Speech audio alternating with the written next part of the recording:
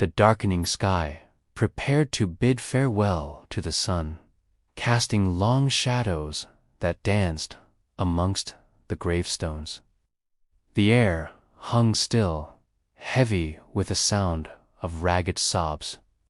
At the base of a freshly turned mound of earth, Madeline knelt amongst the rows of weathered graves, her black dress pooling around her.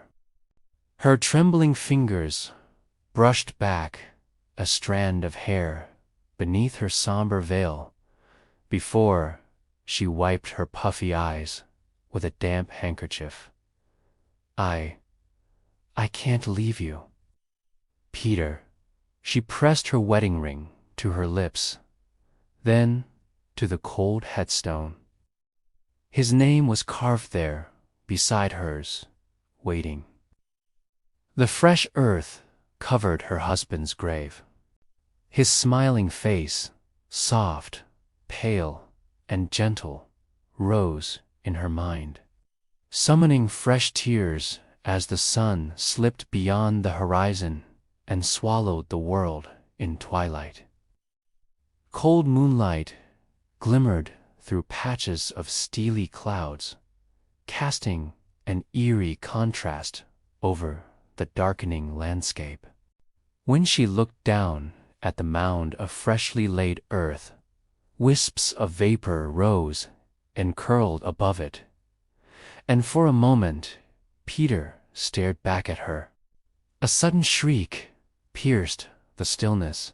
Madeline jerked her gaze skyward, heart hammering.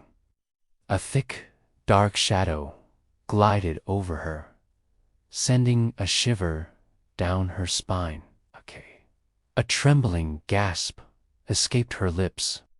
"It's an owl," she managed, dabbing her eyes as the creature swept past, its silhouette casting shadows over the tombstones. Her chest heaved as she rubbed her chilled hands together, trying to coax warmth back into her fingers. The surrounding darkness pressed in around her. Flames from the torchstones flickered, their light casting jagged, stretching shadows across gravestones that seemed to leer at her. "Oh, it's late," she murmured, her breath caught. She rose unsteadily and turned towards the path out of the burial ground. She reached the nearest torchstone. Its ethereal glow illuminated the gravel ahead. She hesitated, then turned left.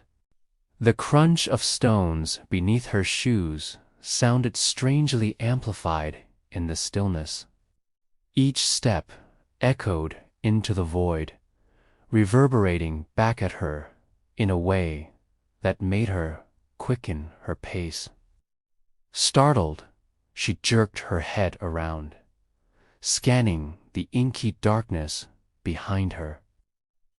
Nothing met her gaze, only the thin, swirling mist, rolling in like a curtain.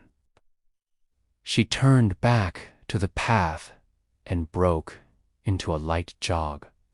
But the echo followed. It tracked her steps with unnatural precision, like an unseen predator approaching. She risked another glance back. The mist hugged only her footsteps. The rest of the graveyard remained perfectly clear. How can this be? Her stomach lurched. She sprinted towards the next torchstone, breath trembling. But she never reached it. A guttural scream tore from her throat as pale, vapory hands seized her from behind, dragging her into a burst of freezing darkness, and the night fell silent once more.